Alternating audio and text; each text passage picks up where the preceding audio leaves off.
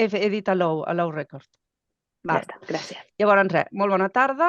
Em presento, jo soc enginyera, ja ho estava explicant aquí, soc enginyera per la UPC a Barcelona, vaig fer un PDD i soc sòcia de l'empresa Coneix. Llavors, explicaré una mica què és, quins beneficis té un ERP, explicaré Coneix i finalment fem una ronda de dubtes i preguntes. Llavors, què és un ERP? A veure, la veritat és que hi ha moltes accepcions diferents per la mateixa paraula. Hi ha gent que es pensa que un ERP és un programa de comptabilitat amb una mica més. Jo això ho prometo que ho he sentit. ERP és una paraula que ja s'utilitza des del segle XX, des del segle passat, sobretot per les fàbriques que tenien que havien de controlar el flux de materials d'entrada, els elaborats, els semielaborats i els fluxos de material de sortida de producte acabat. Aleshores, jo vaig treballar un temps a Hewlett Packard i cada vegada que obríem un palet, doncs passàvem el llapis, el lector òptic, per què? Perquè fessin una nova comanda de materials, perquè mai ens quedéssim sense materials quan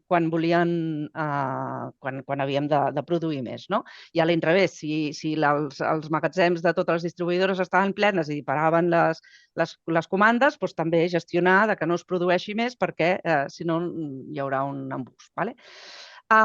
Després, aquestes ERPs van anar agafant altres àrees de l'empresa i després van anar buscant altres tipus d'empresa i després, en el segle ja XXI, es van aixecar el núvol. El problema és que les aplicacions aquestes que van néixer al segle passat han tingut que fer un esforç molt gran per pujar al núvol i algunes no se n'han acabat de sortir tan bé com les que ja eren natives del núvol. En principi, això, una ERP és una eina de planificació de recursos empresarials i jo ho entenc com una eina d'informació que permet la integració de totes les operacions de l'empresa que són susceptibles de ser digitalitzats. Per tant, aquí seria des de l'àrea comercial, la producció, la logística, si és que n'hi ha, l'inventari, si és que n'hi ha, els enviaments, si és que n'hi ha, la gestió econòmica i administrativa, que sempre n'hi ha. Simplifica les tasques, com la facturació, per exemple, i en tant que simplifica eines repetitives, permet que les persones se centrin en allò que porta valor a l'empresa. Llavors, com que agilitza processos, millora el control, utilitza la informació d'una manera més eficient, ara estàvem parlant de bases de dades, amb aquesta decisió, el fet de tenir una base de dades que pots consultar en temps real què està passant a l'empresa, doncs això et permet prendre decisions basades en informació fiable. I això fa que un cop implantada l'ERP, la satisfacció és molt alta, és més del 50% de les empreses que posen un ERP diuen que estan satisfets. Però també és veritat que en algunes marques hi ha un grau molt alt de fracàs. És a dir, ha passat i ha passat amb alguns dels nostres clients que ens han dit mireu, ets la tercera eina que he intentat implantar i per sort a la tercera me n'he sortit. Això em fa afegir això, que l'elecció d'un ERP s'ha de fer amb molta cura perquè implica un desgast, implica una despesa que pot ser important, ja sigui interna, del temps i recursos propis, com externa perquè fas unes despeses d'implantació. Llavors, com pot millorar la gestió de la teva enginyeria? En part ja s'ha dit, m'ha fet molta gràcia, algú ha dit, tenim fulls de càlculs dispersos i que a vegades són inconsistents. Doncs això és el que passa, que quan moltes vegades les situacions són o tenim eines fetes a mida, o tenim moltes aplicacions disperses, o anem amb Excels, però que també cada departament té el seu Excel.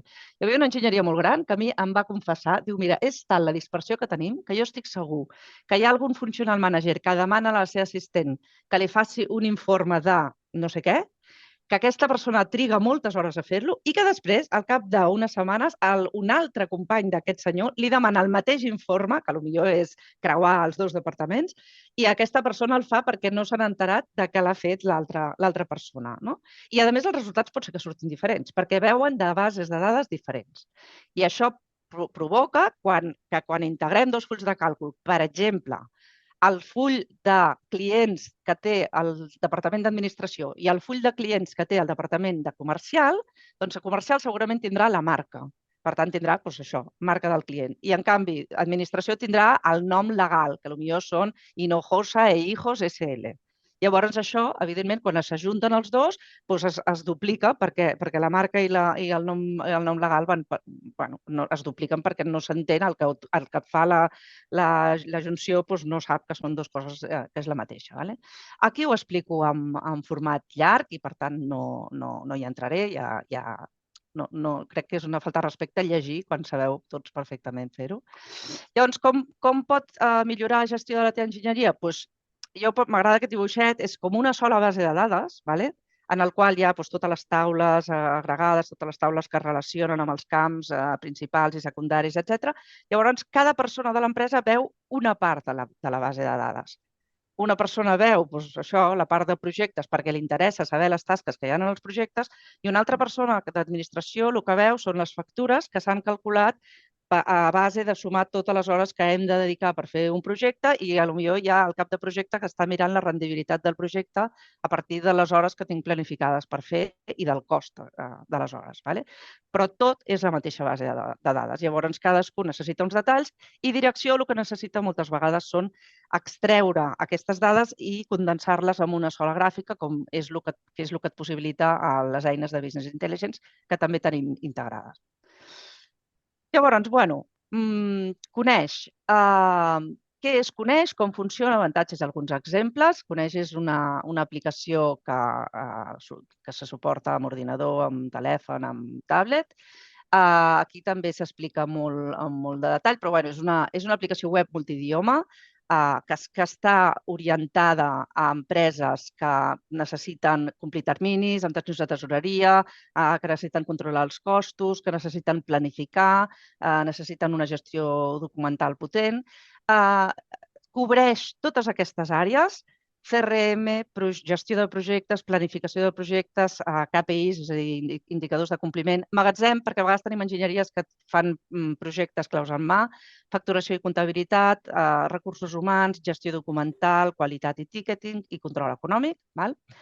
Llavors, d'on ve Coneix? Doncs, a veure, el Miquel del Clos, que és el fundador de Coneix, l'any 2002, és a dir, fa 22 anys, va començar la programació de la primera versió de Coneix, ara estem per la 3, per una demanda col·lectiva de 6 empreses, de les quals eren 4 enginyeries i 2 centres d'innovació tecnològica, de mecànica i d'electrònica, o sigui que eren enginyeries també amb més risc, si voleu. Aleshores, què es va fer? Com que era una demanda conjunta, no va fer una eina a mida d'una empresa, va fer una eina a mida de 6 empreses.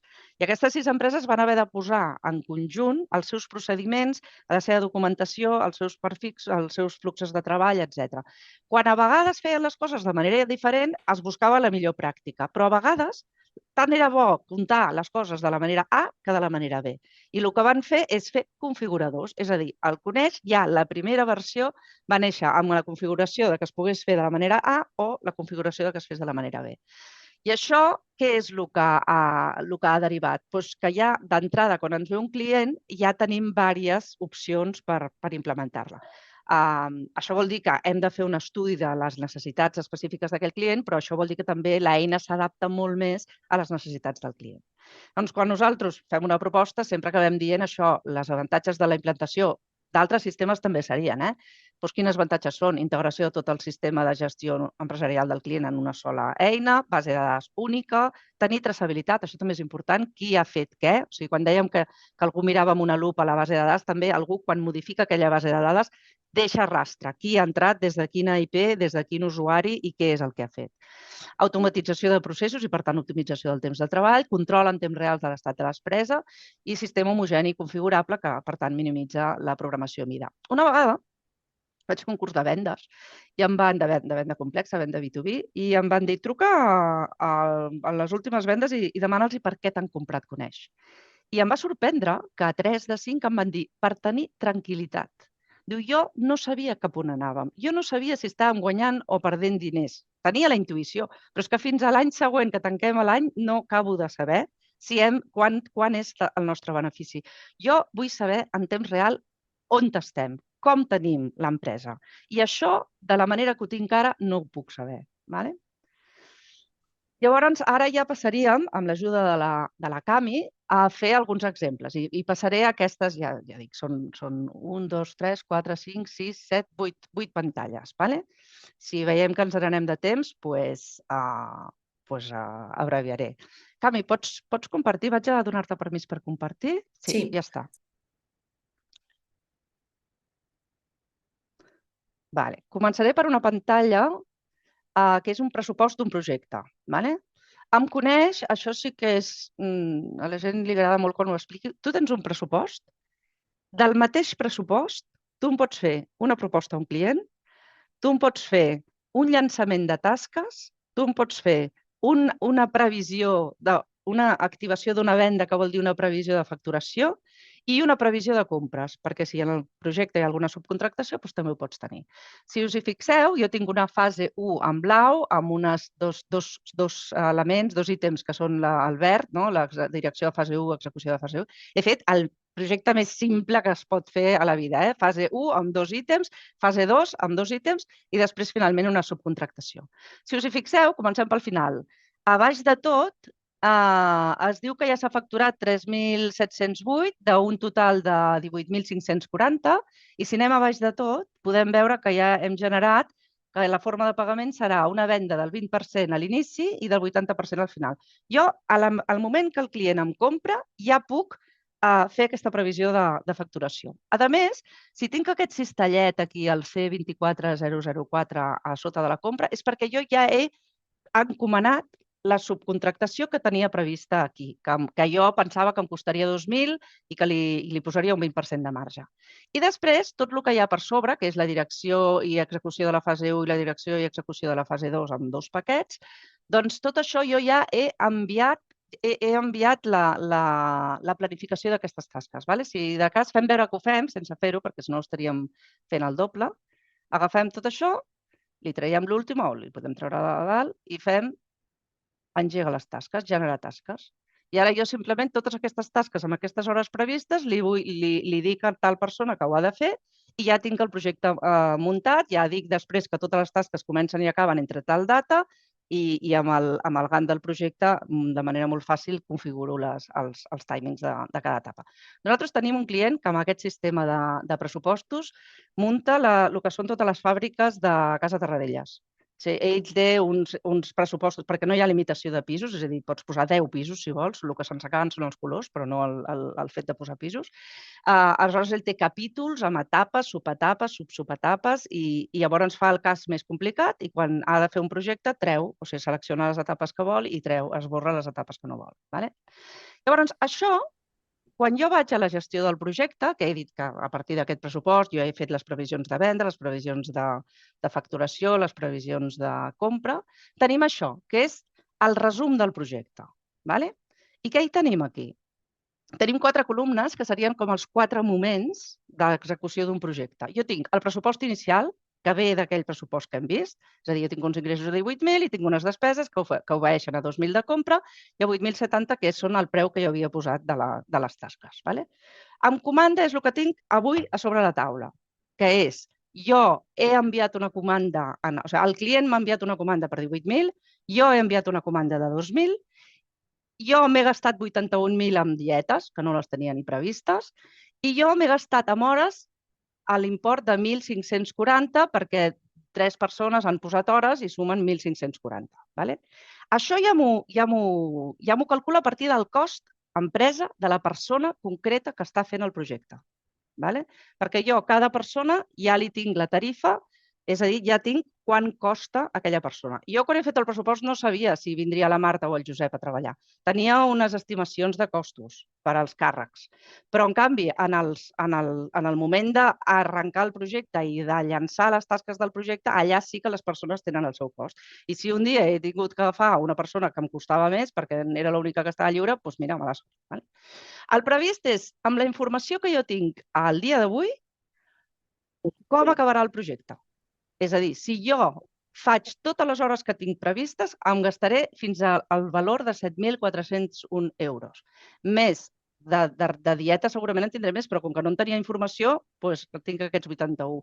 I els 2.000 de subcontractació, Doncs mira, m'acabaria el projecte amb un 50%, no? De 48,85% de marge. No està mal. Vale? I després hi ha el facturat, que és el que podria anar al programa de comptabilitat, vale? Que és la factura que m'arribarà del meu proveïdor, com que encara no la tinc, això està a zero, i les factures que jo he pogut emetre, és a dir, el meu client potser m'ha deixat emetre la primera factura del 20%, del 3.700. Vale? Quan jo acabi el projecte, imaginem que jo he fet subcontractat alguna cosa i no m'ha arribat la factura. Doncs jo tindré molt clarament que el previst i el facturat han d'anar convergint. I si no convergeixen és perquè potser tinc un proveïdor que no m'envia les factures fins que necessita diners. Però potser jo no em vull enganyar a mi mateixa i dir, escolta, que m'estic guanyant molt bé la vida. No, cuidado, perquè encara et falta aquesta factura que no t'ha arribat. Vale? Vale, doncs, bueno, no sé, ho estic explicant ràpid. Si teniu alguna pregunta, penso que podeu interrompre perquè tampoc som tants, eh? Una Digue'm, cosa, Gerard. al fer... Quan ja assignaves feines als tècnics això també els hi surt de forma automàtica? Sí. Clar, precisament, quan dèiem que cadascú veu el que ha de veure, en els nostres clients normalment els tècnics no veuen això, perquè no veuen el resum econòmic, perquè no tenen accés als temes de diners. Els tècnics el que veuen és que t'han encarregat una tasca, que tens que fer les teves tasques Kanban, que has de disposar que està comptat que hi gastis tantes hores i no més, i que les has de tenir acabades per un cert dia. Això és el que els interessa a ells. El que no els interessa és si un projecte és deficitari perquè ho han de saber ells. No cal atabalar-los amb això. Jo he treballat amb un RP, amb el, crec que era Lotus Notes, pot ser? Sí. I aleshores jo en aquell moment era tècnic i me'n recordo que era algo super farragós. Bueno, perquè les eines antigues, per exemple, SAP, tothom que l'ha tractat diu que és la cosa més aspra del món. Serà molt robust, serà molt bo i et cobren una morterada, però és molt aspre. Sí. Llavors, ara, per exemple, crec que hi ha un lloc, sí, després ara toca les tasques Kanban, ja veuràs si és... Això segur que no ho tenies. Això, torno a dir, és un projecte supersenzill, no? Però això són tasques Kanban. Llavors, jo puc agafar i dir, ei, que no, que l'execució és prioritària a la direcció, i agafo un post-it i el poso dalt. O puc dir, escolta, això ja està, això ja ho estic començant, pum, saps? És molt, molt senzill. Llavors, aquests pòstits estan amb els colors de la persona, perquè hi ha un codi de colors per persones. Com veieu, a cada etapa hi ha les hores. Si hi ha un rellotget és perquè jo estic intervenint en aquesta etapa i, per tant, ja puc volcar hores en aquesta etapa. Si hi ha un clip és perquè hi ha un document adjunt en aquesta etapa.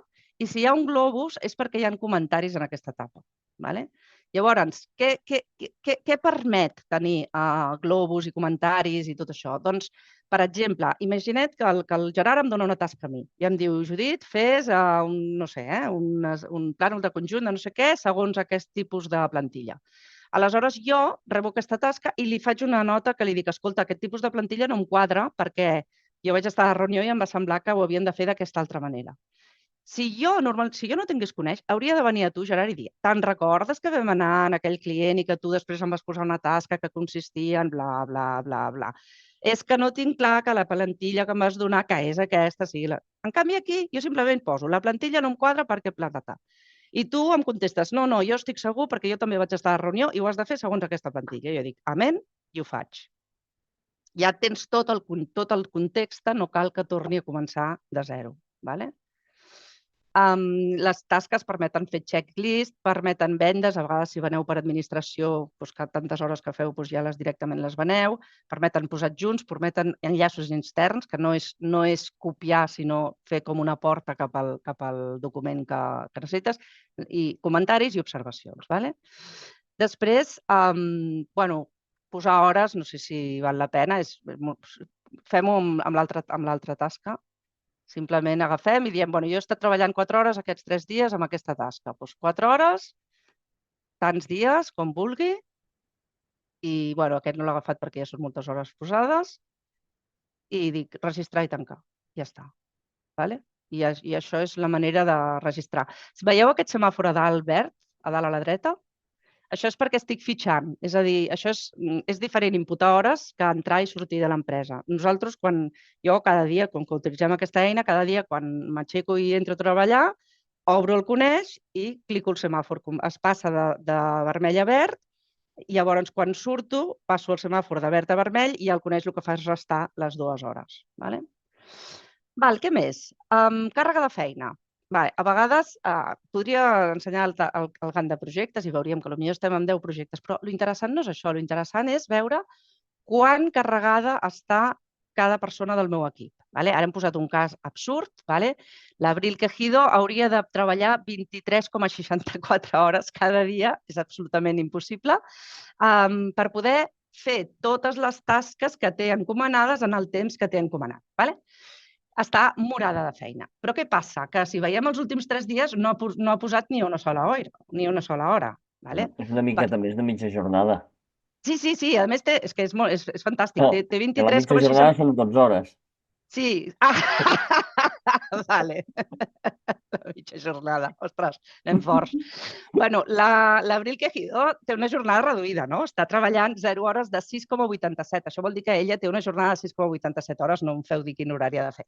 Llavors, el que passa primer és que no està apuntant les hores a passat. Per tant, els seus deures per fer no deuen ser tants. Però així i tot, si algú estigués posant totes les hores que fa cada dia i tingués unes 10 hores al dia per poder acabar els deures, i no m'hi val la mitja jornada de 12, igualment aquesta persona podria dir estic superestressada perquè no m'hi veig amb tanta feina i tal. I seria veritat, però potser d'aquí 2 setmanes ja té 3 entregues i el dia següent es queda sense feina. Llavors, aquest d'això va molt bé per poder veure a qui podem assignar projectes a mida que anem acabant els projectes que anem fent. Aquí tothom té tot. I llavors també amb el conèixer és molt fàcil de dir aquest projecte, aquesta persona que està amb 4 tasques diferents al llarg del projecte, canvia-me-la per aquesta altra persona, per no haver de dir tasca per tasca, canviem la persona. Després, aquesta captura, el que té en compte són, veieu els caps de setmana que té 0/0. Si una persona fes vacances el 4 de març, també apareixeria en gris. I això, lògicament, augmentaria les hores a fer per les tasques en aquells dies. El Coneix t'avisa. Escolta, si li estàs posant les tasques la setmana que ve a la Cami, vigila perquè la Cami té 2 dies de vacances. I això és perquè podem demanar vacances a través del Coneix. Com ho fem? Doncs amb una pantalla que m'agrada molt utilitzar, que és la de vacances, en la qual apareix el calendari de l'empresa, que vol dir els festius de cada seu, si l'empresa té multiseu. Després, si a l'estiu tanquem l'empresa una setmana d'agost, també em sortiria aquí. I llavors, jo, si em vull agafar vacances per Setmana Santa, agafaria i què em marcaria aquests? Aquests, amb el validador tal, dia complet, de vacances, de l'any de vacances 24, i ja està. Si hagués de ser un permís de convenis que em caso i, per tant, m'heu de donar vacances o el que sigui, també ho podria tramitar a través de Coneix. Ara està en taronja, com que quan el validador ara rebrà un avís de escolta, que la Maria t'ha demanat vacances, doncs si les acceptes, les vacances es tornaran de color verd. I vol dir que ja estan acceptades. Després hi ha una altra pantalla que a mi m'agrada molt. Quan diem de comunicació entre els diferents departaments de l'empresa, hi ha un que sempre, no diria que falla, però és el que costa una mica més. I és el departament d'administració amb el departament tècnic. Què és això? La facturació prevista. La facturació prevista que la poden veure tant els caps de projecte com la persona d'administració. Quin avantatge té aquesta pantalla? Nosaltres la fem servir. Cada final de mes es posa aquesta pantalla i es diu això està previst per facturar aquest mes. Què ha passat aquí?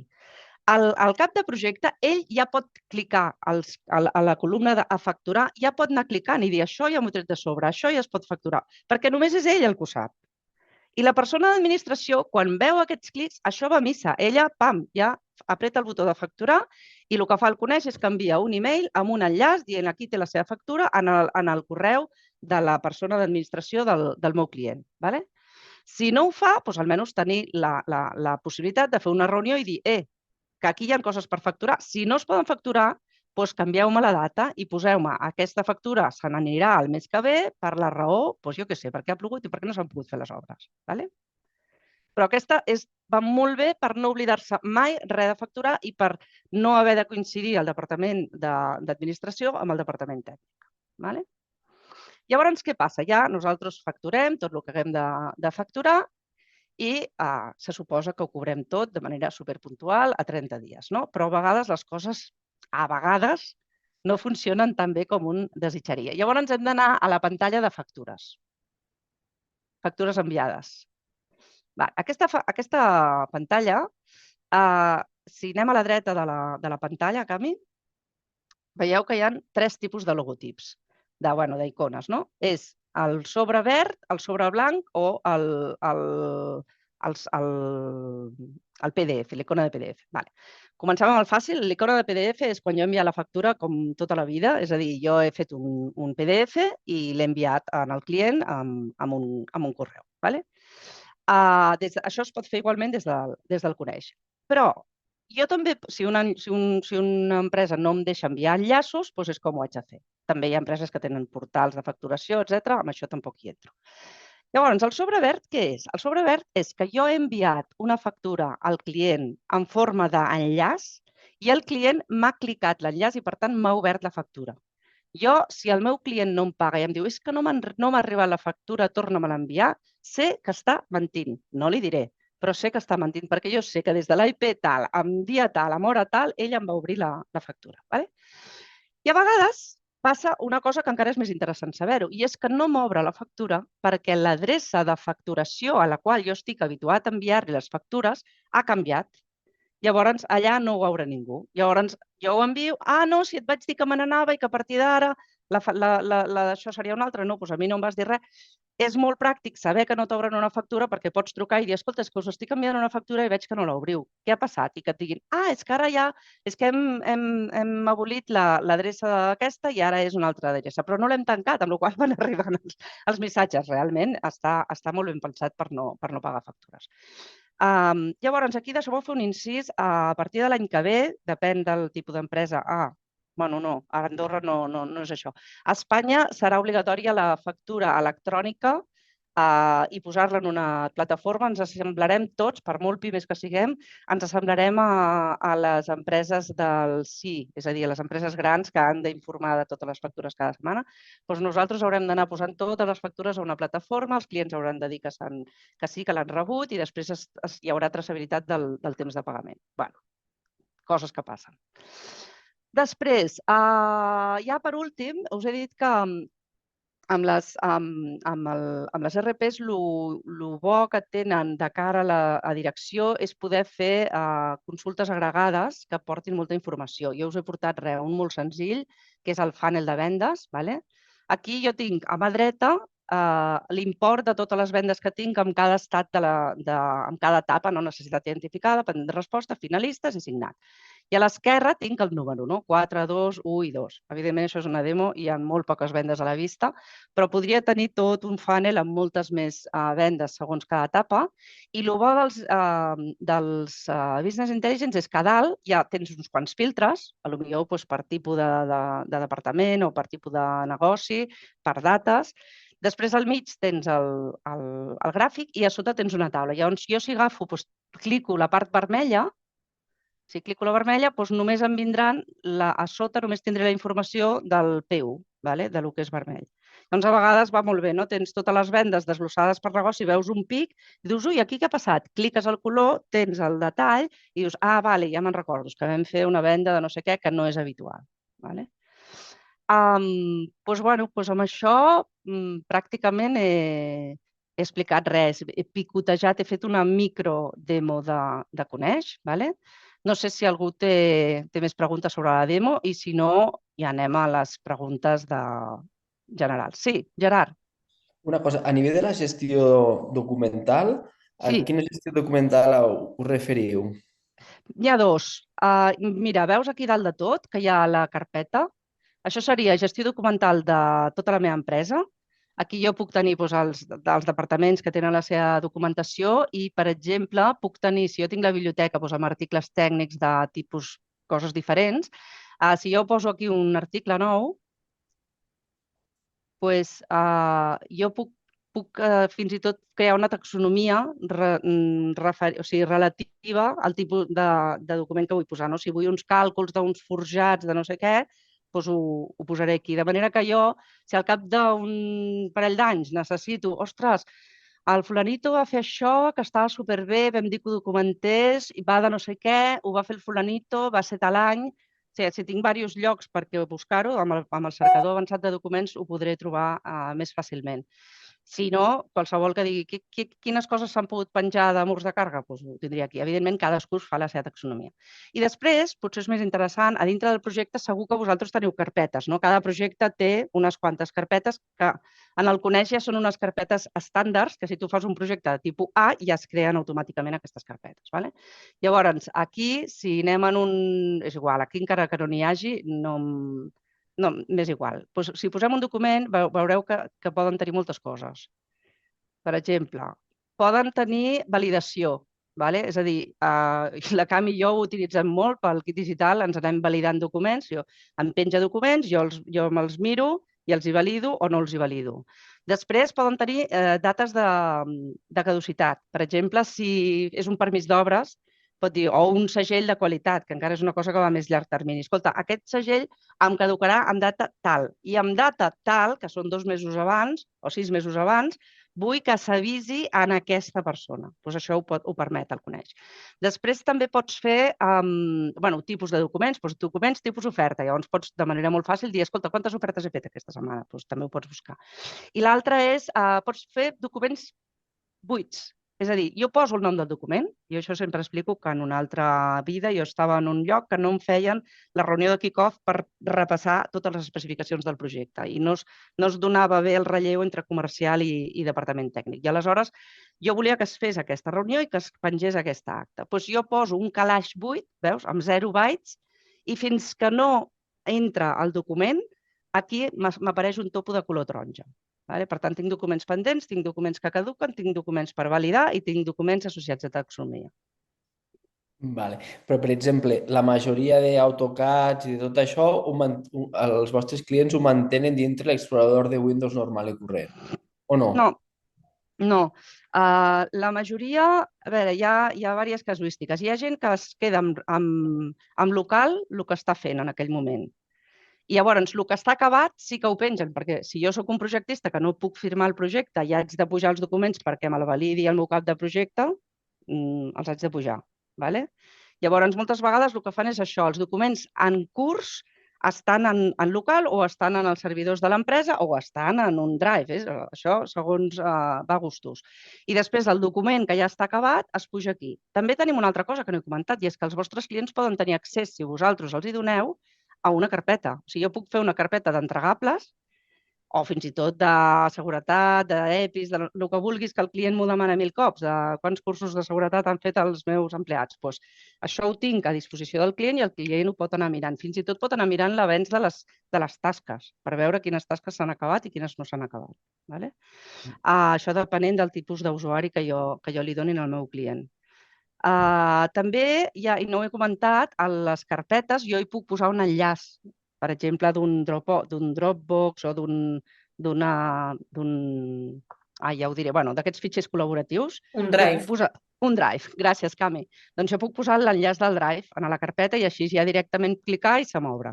I així ja sé on tinc les coses. I això ho puc posar quan poso la tasca, dic, posa el resultat d'això o busca la plantilla en aquest Drive. Nosaltres, a cada ordre de treball, després té una carpeta de mails enviats i rebuts, els anem allà arxivant. Això és una altra cosa, això és el dia a dia. El dia a dia, sí. Sí. Dia a dia del projecte, veus, tenim o dia a dia o diari de bord, perquè tenim les dues maneres de fer-ho.